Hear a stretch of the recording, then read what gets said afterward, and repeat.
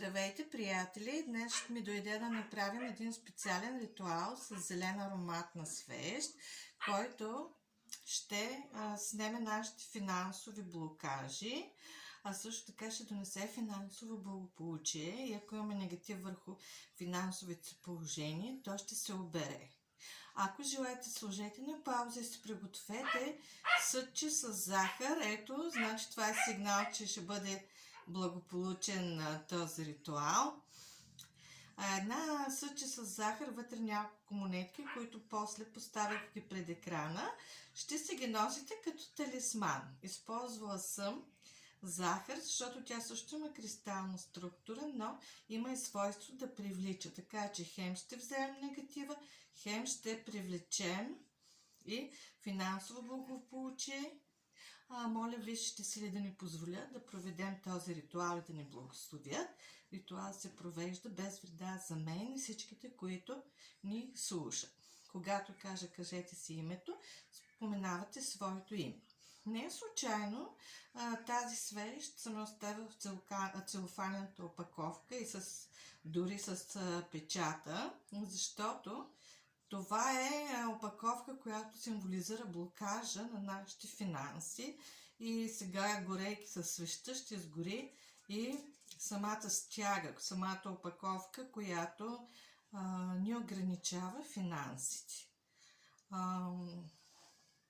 Отче наш, ти, който си на небесата, свети Твоето име, дойде Твоето царство, волята Ти както на небето, така и на земята. Насъщния ни хляб дай ни днес, прости нам дълговете ни, както ние прощаваме длъжниците си, не веди нас в изкушение и избави ни от лукавия, защото Твое царство и силата и славата сега, винаги и във века веков. Амин. Так, моля великата стихия на огъня да унищожи всякакви финансови блокове, изтичания, дългове, вмешателства. Вижте колко много ги има. Имаме черен дим върху мен и върху всички, които ме слушат. Има привязки към нашия финансов канал, могат да се видят, да се унищожат, да се унищожи всякакъв негатив от всякакъв произход върху кариерата, финансите, хобитата, бизнеса, допълнителните доходи. Това можахме да видим, че има много вмешателство, което ние сега ще унищожим. И виждаме колко привязки има по нашето финансово положение.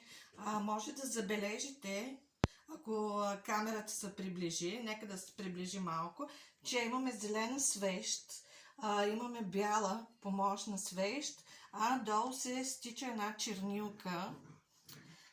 И също така сме активирали някакви неприятни същности, които седят на защита на магиите за против нашето финансово благополучие, защото тук кучето се настрои, те чувстват лоши влияния, духовете и са много сензитивни. Когато те се ожесточат, ето, не искат лесно да ни сдадат тези същества, които ни притесняват и привязките. Когато животните чувстват такова вмешателство, значи сега се разбесняват същностите, които седят на закрепени за негатива. Така че нека всякакви сигналки, замки и печати, закълцовки наложени върху негатива, върху нашето финансово благополучие и доходи, да се унищожат. Да се унищожат всякакви привязки към нашето финансово положение. Също така да се унищожат всички същества, бесове, демони, мъртъвци, които седят на охрана на негатива и на привязките, на печатите, на закълцовките на този негатив. Така, работим докато изгори малката бяла свещ. След това ще си оставя да погори зелената свещ, за да не ви отнемам времето. Казах, тези монетки е хубаво да си ги носите като талисман.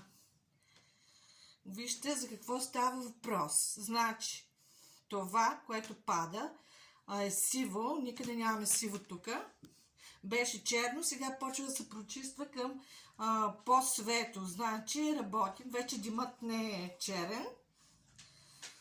Тук виждаме привязките към вашето финансово положение. Не един, не двама. Имаме двама малко по-агресивни, които са свързали с нашия финансов канал. И се гори тази обвивка, този блокаж върху нашите финанси. Както виждате, сега ще му помогнем. Хубаво да обгори. Виждате, чернилка се спуска още отгоре.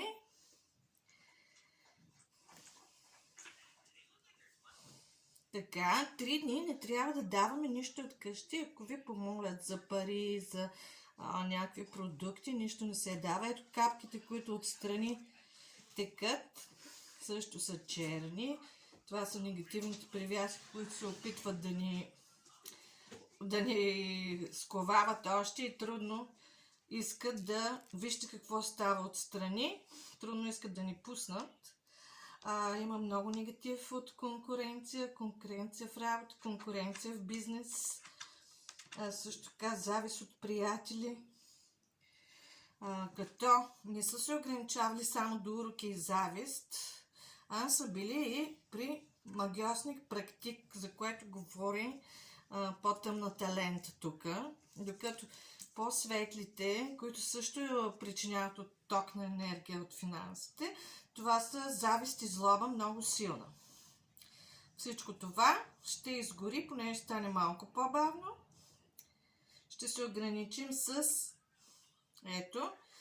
изгарянето на бялата свещ. Аз ще изчакам да догори зелената свещ. Вижте какъв дим става и се получава. Черен дим.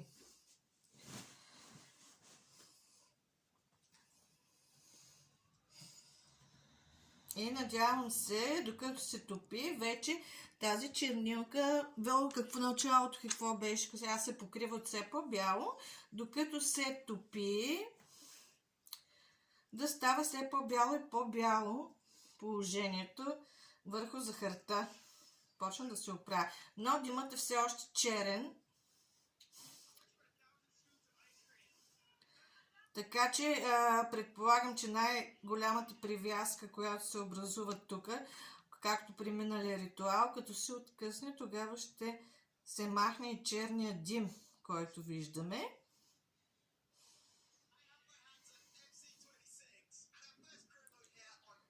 И напомням, вие, които си имате приготвени, да си ги носите заедно с вас, тези няколко монетки за благополучие, да имате в финансите. Ето вижте колко пъти се опитва да ни саботира и този блок, който имаме отстрани като пакетажа, блокажа на финансите, колко трудно се стопява. Когато се стопи той, ще ни бъдат развързани нашите пътища за финансово благополучие, просперитет, кариерно благополучие, бизнес, хобита и от всички начинания ние да можем да извличаме финанси. Тази голямата привязка пуска този черен дим, защото за защита на катинарите, за кълцовките на негатива върху финансовото ни положение използват мъртъвци. Този черен дим е знак за такива наличия на мъртвци, магия, която е правена на гробища, погостна и привязки към нашето финансово положение. Така, виждате как се раздвоява, защото всичката чернилка идва от тази последна привязка, другите вече избледняват. Некропривязката най-трудно се откъртва. Имаме 2-3 минутки, докато се приключи работата с малката бяла свещ. Виждаме вече долу, че имаме чернилката е победена от бял восък, от белия положителен, от бялата свещ, която символизира хубавата наша благоприятна енергия. Зеленото символизира финансите, така че благоприятната енергия вече господства над нашите финанси и сваля всички блокажи, закълцовки, изковаване, което символично сме показали от найлона. Да видим сега, продължава този дим. И тъй като продължава този черен дим и трудно се отделя тази последна привязка, е хубаво между 7 и 9 дни да гледате този ритуал, за да ви се отпушат всичките блокажи, ако те са наведени от зложелатели, но също така, освен зложелатели, ние сами се затваряме пътя към финансовото благополучие, понеже мислим, че ние не ги заслужаваме тези средства, че нашите, примерно, са били бедни цял живот, имало да кажем баби и дядовци, които са били съвременници на войни, и си мислим, че както са били те, така трябва да бъдем ние, че този, който е богат е лош, пък бедните са добри. Ето, пропукахме вече, ако видяхте как изтече от пукнатото найлоново покритие, изтече една голяма струя, която много се радвам, че се случи, защото това е негатив, което изтече. И както казах, не трябва да имаме негативен самонастрой, че няма да ни се получи, че ние не заслужаваме пари, че парите са нещо лошо, както и тук ще ни се повиши желанието да се доказваме на работното място, както и хобитата ни да ни носят пари.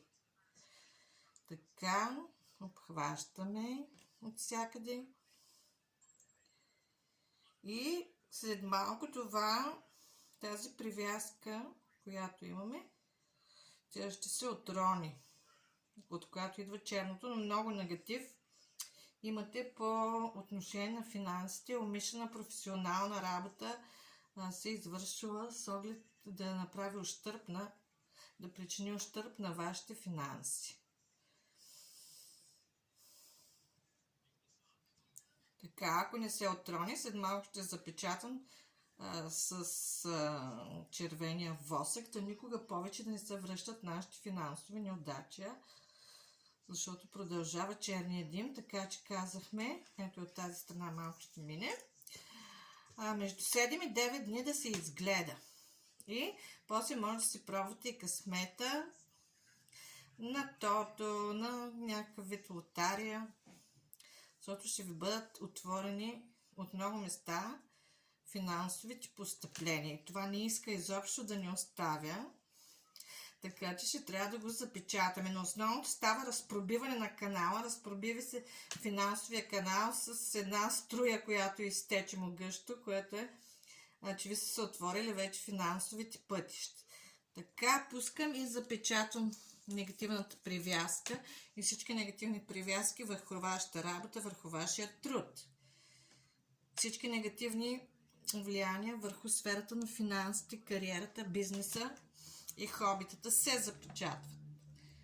Вие вашите монетки може да си ги носите с вас, а аз задължително ще оставя тази свещ да догори и се надявам скоро да ми споделите добри новини. Знаете, задължително поне лайк и някакъв коментар, за да се осъществи енергообмена и да имате по-бърза и щастлива полза. До скоро, приятели!